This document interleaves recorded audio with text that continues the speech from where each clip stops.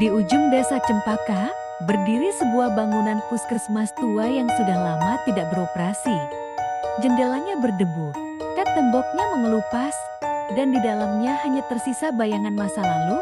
Konon, puskesmas itu ditutup setelah serangkaian kejadian aneh, perawat yang menghilang, pasien yang meninggal secara misterius, dan tangisan yang terdengar di malam hari padahal bangunan kosong.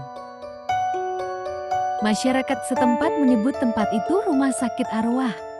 Tak ada yang berani mendekat, kecuali Sinta, mahasiswi keperawatan yang sedang menjalani tugas akhir mengenai pelayanan kesehatan di daerah terpencil. Sinta datang ke desa Cempaka dengan semangat.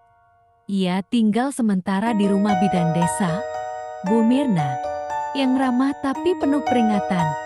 Suatu malam saat makan malam, Sinta bertanya tentang puskesmas tua itu. Bu Mirna terdiam sejenak. Sudah lama tempat itu tidak digunakan.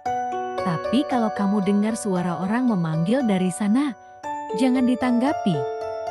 Apalagi kalau kamu dengar suara perawat menangis, itu bukan manusia. Sinta menganggap itu hanya mitos kampung, tapi rasa penasarannya membuncah. Malam berikutnya, saat menyusun laporan di kamarnya, Sinta mendengar suara "Suster, tolong saya." Suaranya lirih, seperti dari kejauhan. Ia mengintip keluar jendela dan melihat lampu di dalam puskesmas tua itu menyala. Padahal, tidak ada aliran listrik ke bangunan itu. Didorong rasa ingin tahu, Sinta membawa senter dan mendekati bangunan itu. Saat masuk, ia mendapati bangunan itu berantakan, tapi di salah satu ruangan, ranjang pasien tampak rapi dan ada bekas darah di lantainya. Ia buru-buru keluar. Namun, saat membuka pintu, ia melihat bayangan wanita memakai seragam suster berdiri di lorong, membelakanginya. Wanita itu kemudian berjalan masuk ke dalam tembok. Keesokan harinya, Sinta menceritakan semuanya pada Bu Mirna, tapi Bu Mirna hanya menggeleng. "Kamu sudah melihatnya? Jangan kembali ke sana." Namun Sinta tak bisa menahan rasa penasaran. Siang harinya, ia nekat kembali dan menemukan buku catatan medis lama di ruang rekam medis. Di sana tertulis tentang pasien bernama Ratna, wanita hamil yang meninggal di meja operasi karena kelalaian.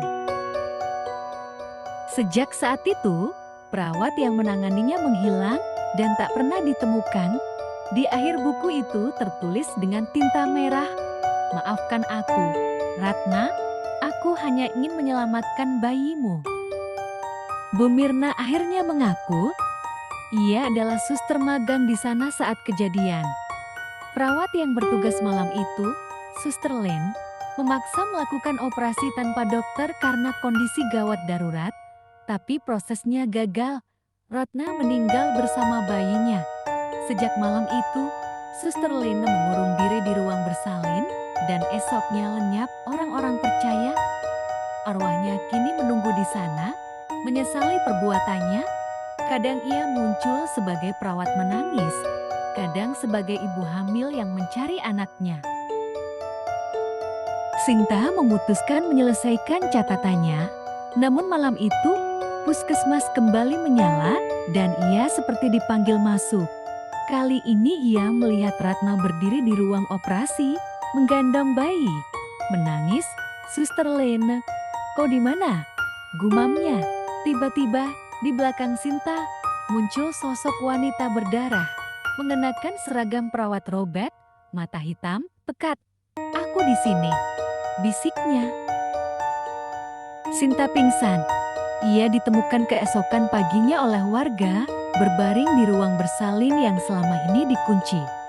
Di tangannya, ia menggenggam buku catatan Suster Lena. Anehnya, halaman terakhir kini bertuliskan, "Terima kasih telah mendengar cerita kami. Kini kami bisa tenang." Puskesmas tua itu kini ditutup rapat dan diberi papan larangan masuk. Namun, kadang malam hari, orang-orang masih melihat lampu menyala dan terdengar suara, "Suster, tolong saya." Dan mereka tahu, penunggu puskesmas itu belum benar-benar pergi.